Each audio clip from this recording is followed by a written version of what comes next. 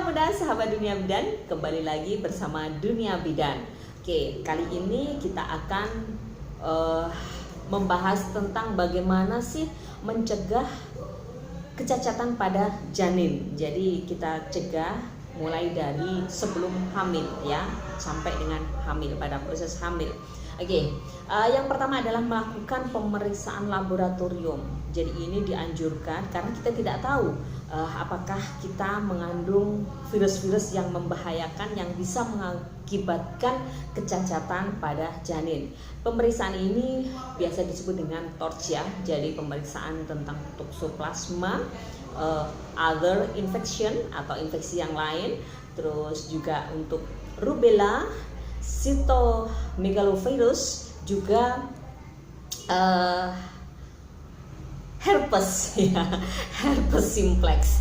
Oke, dari pemeriksaan ini ditemukan atau disebutkan hasilnya ada beberapa yang bisa dicegah, misalkan toxoplasma. Bunda mengalami ternyata positif toxoplasma misalkan ya, dan Bunda belum pernah punya anak. Ini nanti bisa dicegah dengan diberikan obat-obatan untuk menekan ya, untuk menekan yang namanya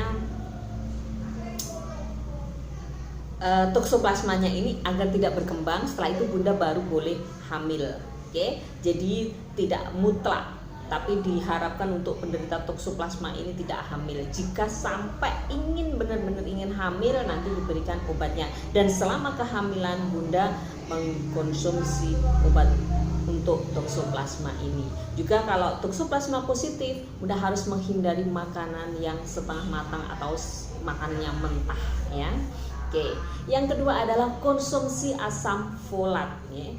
Konsumsi asam folat ini bisa mencegah untuk kecacatan seperti tidak punya tulang tengkorak ya. Tulang tengkorak itu anencefal, juga spina bifida, meningocoel. Jadi ini bermanfaat sekali, dan ini saya punya pengalaman ya. Kemarin ada pasien saya itu udah dikasih asam folat mulai dari dia kehamilan awal, dari kehamilan awal 0 sampai 3 bulan. Jadi sebelumnya saya ceritakan dulu ya. Jadi untuk pertumbuhan atau pembentukan bayi itu mulai dari 0 sampai dengan 3 bulan ya. Jadi ini ada proses pembentukan cikal bakal dari bayi atau janin itu mulai dari 0 sampai dengan 3 bulan. Oke. Nah, sudah diberikan asam folat yang cukup untuk ibu hamil tersebut, akan tetapi tetap dia terjadi, bayinya terjadi spina bifida. Dikonsultasikan dengan dokter, itu ternyata dia kekurangan asam folat sejak dia sebelum hamil. Jadi pada saat hamil, karena dia udah konsumsi asam folat itu, dia hanya menutupi sedikit, tapi kurang, masih kurang ya.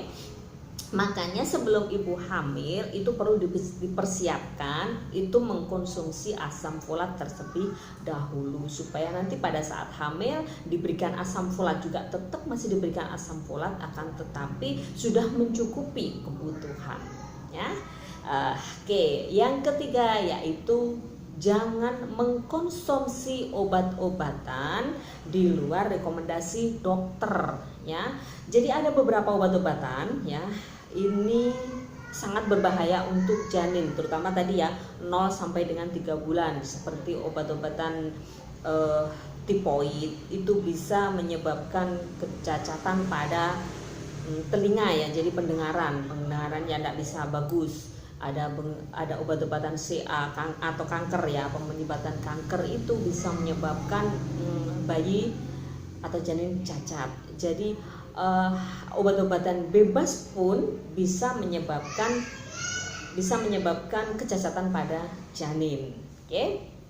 Jadi ya harus sangat atau ekstra hati-hati pada saat Bunda hamil. Lebih baik konsultasikan dengan dokter sebelum Bunda mengkonsumsi obat ya.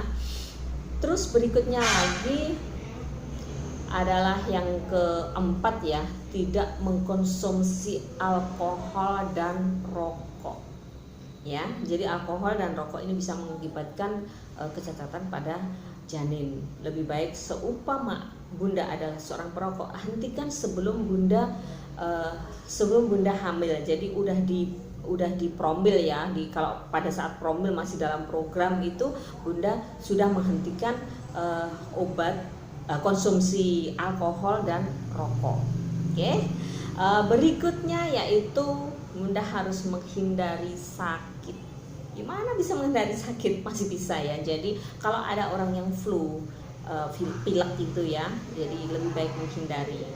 Apalagi 0 sampai 3 bulan. Karena kita tidak tahu flu bagi orang yang biasa ya, orang yang dalam keadaan nggak hamil ya mungkin biasa-biasa aja, jadi nggak terlalu bermasalah ya.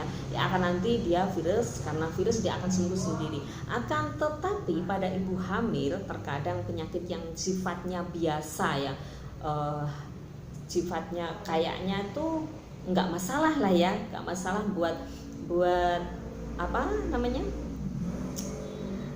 buat si A ya, si A yang tidak sedang hamil. Akan tetapi untuk ibu hamil dia sangat berbahaya karena bermasalah untuk 0 sampai 3 bulan terutama ya, tapi tidak menutup kemungkinan untuk kehamilan di bulan-bulan yang berikutnya itu juga bermasalah. Jadi hindari sakit, meskipun itu sakit-sakit yang ringan ya, terutama penyakit yang bersifat infeksi.